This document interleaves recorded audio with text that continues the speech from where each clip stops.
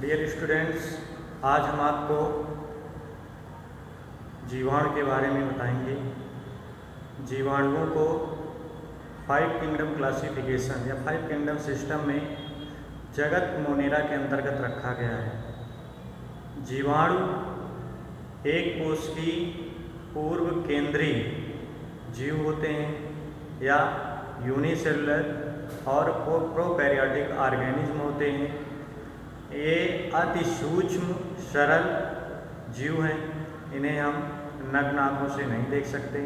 इन्हें हम देखने के लिए उच्च आवर्धन क्षमता वाले सूक्ष्मदर्शी यंत्रों का प्रयोग करते हैं।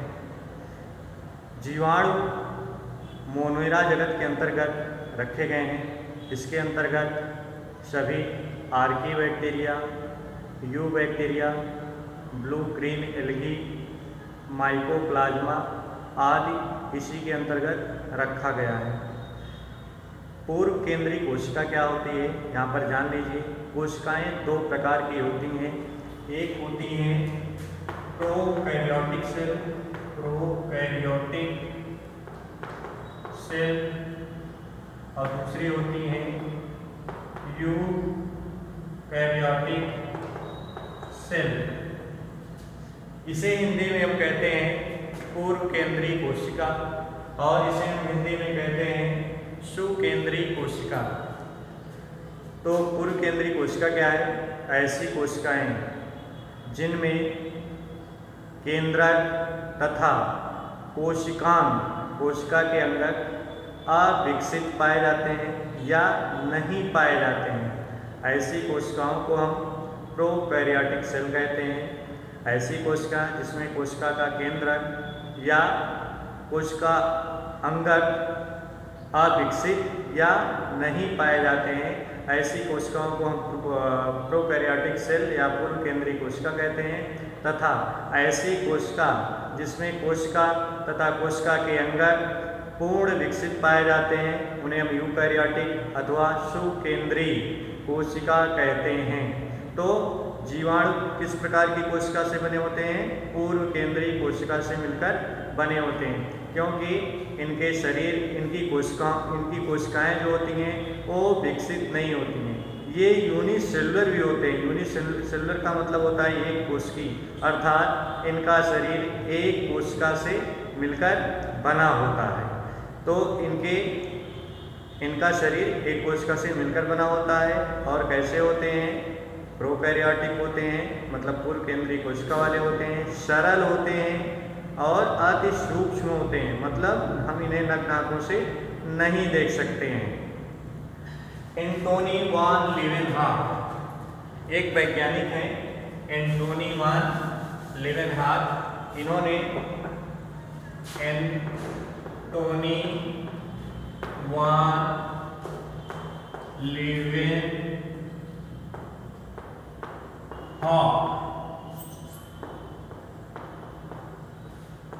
नामक वैज्ञानिक ने 1675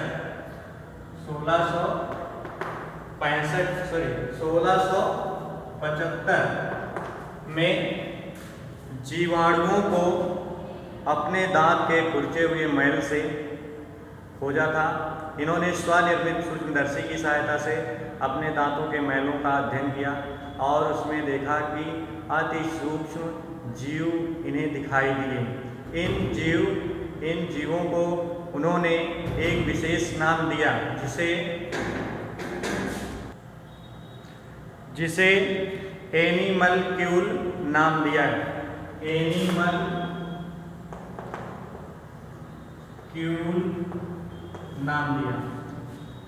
कहने का मतलब एंटोनी वान लीवेनहॉक ने 1675 में जीवाणु की खोज की, लेकिन उसका नाम इन्होंने एनिमलक्यूल रखा। दूसरे वैज्ञानिक हैं एहरेनबर्ग 1838 में इन्हें बैक्टीरिया नाम दिया, जीवाणु नाम दिया। तो यहाँ पर 2 वैज्ञानिक एंटोनी वान लीवेनहॉक ने एनिमलक्यूल कहा और इन्होंने खोजा। और एरेनबर्ग ने इसका नाम जीवाणु या बैक्टीरिया रखा। एक वैज्ञानिक और है लुईस पास्चर। लुईस पास्चर नामक वैज्ञानिक ने अनेक प्रकार के पदार्थों के फर्मेंटेशन किण्वन का अध्ययन किया। उन्होंने कई प्रकार से पदार्थों के फर्मेंटेशन का अध्ययन किया और उन्होंने वहाँ पर सूक्ष्म जीवाणुओं की उपयोगिता को बताई। इस प्रकार इन्हें माइक्रोबायोलॉजी सूक्ष्म जीव विज्ञान माइक्रोबायोलॉजी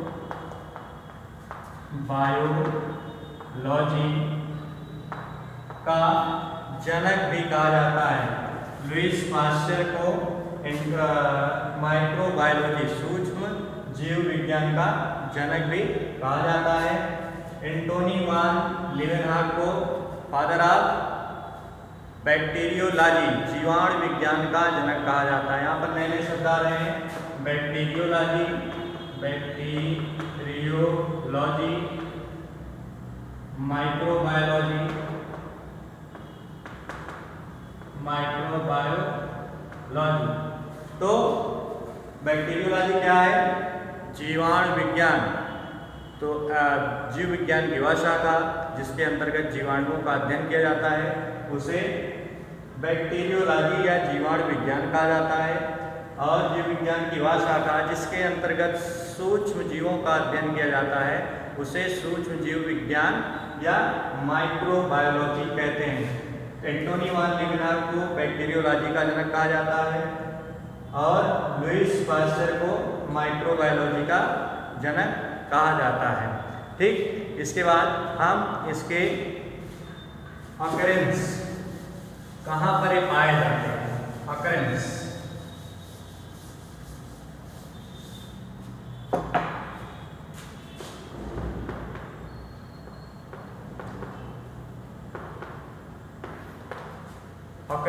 ये कहाँ पर पाए जाते हैं? तो जीवाणु कॉस्मोपॉलिटन इन नेचर के होते हैं। कॉस्मोपॉलिटन का मतलब होता है कॉस्मोपॉलिटन इन नेचर के होते हैं। इसका मतलब होता है सर्वव्यापी। सर्वव्यापी जीवाणु सभी स्थानों पर पाए जाते हैं। ये जल, मिट्टी, वायु पदार्थों, बर्फ, चट्टानों आदि पर पाए जाते हैं। इसके अतिरिक्त जीवधारियों के शरीर, मृत अवशेष, सड़े गले पदार्थों आदि पर ये पाए जाते हैं। जीवाणु काफ़ी कम तापमान में भी सर्वाइव करते हैं और ये लगभग 80 डिग्री सेल्सियस पर भी पाए जाते हैं। कहने का मतलब ये हुआ कि अनफेवरेबल कंडीशन में भी पाए जाते हैं और ये हर स्थान पर पाए जाते हैं और ये अपने प्रभाव को दिखाते हैं। इसके बाद है अगला है अगला टॉपिक संरचना, स्ट्रक्चर।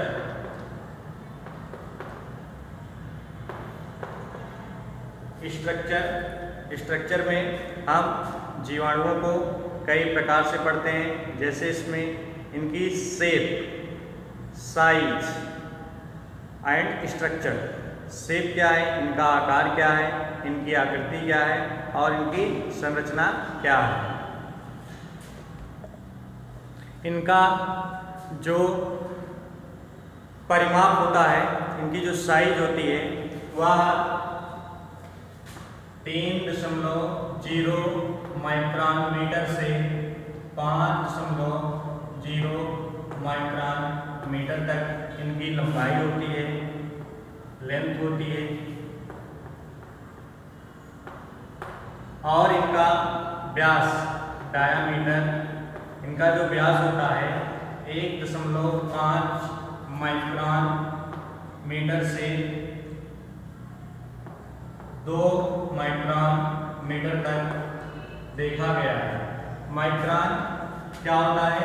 यह एक यूनिट होती है और 1 माइक्रोन बराबर होता है 1 माइक्रोन बराबर होता है 10⁻⁻6 मीटर।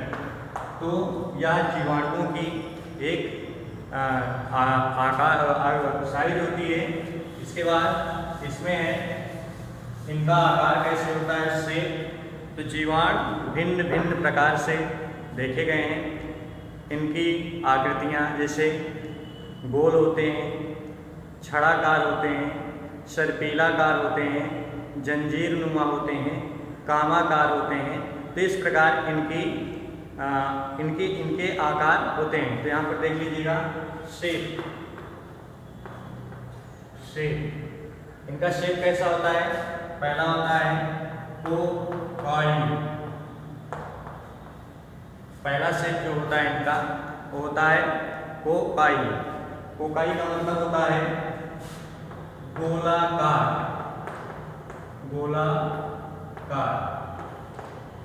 अगर कोई जीवाणु गोल शेप में राउंड है तो हम उसे कोकाई कहते हैं। ठीक है ना। अगर कोई जीवाणु गोल शेप में है तो उसे हम कोकाई कहते हैं। इसमें कई प्रकार से हो सकते हैं, जैसे डिप्लोकोकाई।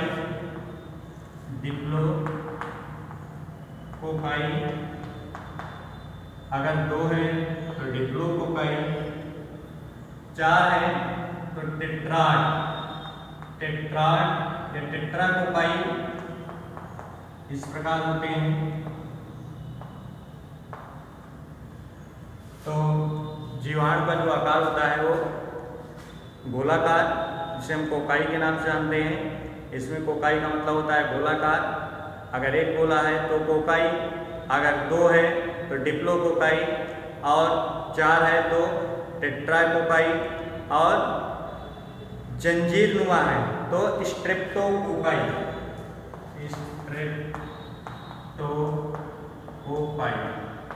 जंजीर नुमा है कि गोले की जंजीर है। इस प्रकार के जीवाणुओं को हम स्ट्रेप्टोकोकाई कहते हैं। तो ये जीवाणु के प्रकार हैं गोलाकार के। अगर जीवाणु गोलाकार हैं तो किस प्रकार हैं, तो उसमें कोकाई, डिप्लोकोकाई, टेट्राकोकाई या टेट्राड और स्ट्रेप्टोकोकाई। इसमें जो अगला है इसमें बैसिलाई।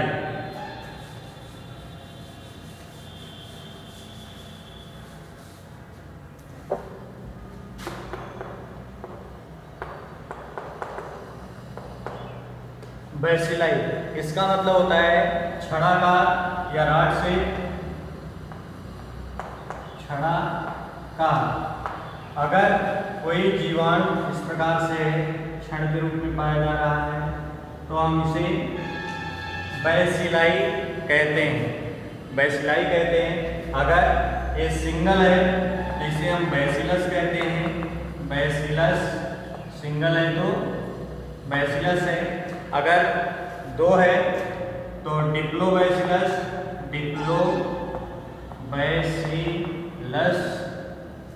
ये 1 हो गया। इसी के साथ अगला इसमें जुड़ा है 2 हो गया। तो इसे हम क्या कहेंगे, डिप्लोबैसिलस। और इसमें जो अगला प्रकार है वो है स्ट्रेप्टोबैसिलस। स्ट्रेप्टोबैसिलस का मतलब होता है क्षणों की जंजीर। अगर क्षणों की जंजीर बन रही है तो उसे हम क्या कहेंगे, डिप्लोबैसिलस। ये ऐसे इस प्रकार बैसिलाई में बैसिलस, डिप्लोबैसिलस और स्ट्रेप्टोबैसिलस। अगला है इसमें स्पाइरल।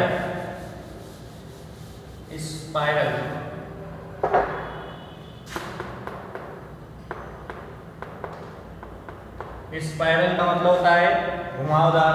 मान लीजिए कोई जीवाणु इस प्रकार है और उसमें घुमाव है,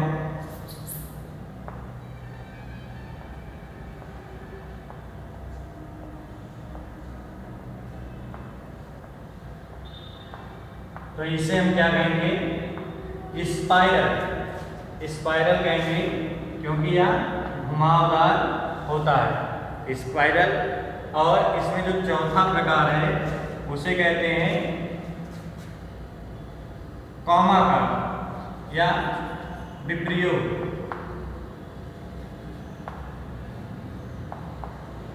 कॉमा का मतलब होता है अल्प विराम। हिंदी में कामा का मतलब होता है अल्प विराम। कुछ जीवाणु इस प्रकार से शेप बनाते हैं तो इसे हम कामाकार कहते हैं, क्योंकि ये हिंदी के अल्प विराम की तरह होते हैं। तो ये जीवाणु के आकार के बारे में फोकाई, बैसिलाई, स्पाइरल और कामाकार। इसके अतिरिक्त भी अन्य कई शेप में जीवाणु देखे गए हैं जो इससे यूनिक स्ट्रक्चर के अंतर्गत आते हैं। इसके बाद आप सभी को पढ़ना है इसके अंदर अल्ट्रा स्ट्रक्चर के बारे में। अल्ट्रा स्ट्रक्चर क्या मतलब होता है, परासंरचना। इसके अंतर्गत जीवाणु के बॉडी के अंदर जीवाणु की जो आंतरिक संरचना होती है उसको पढ़ेंगे। उसको हम अगले वीडियो में पढ़ेंगे, क्योंकि उसमें चित्र बना के बताना है। धन्यवाद।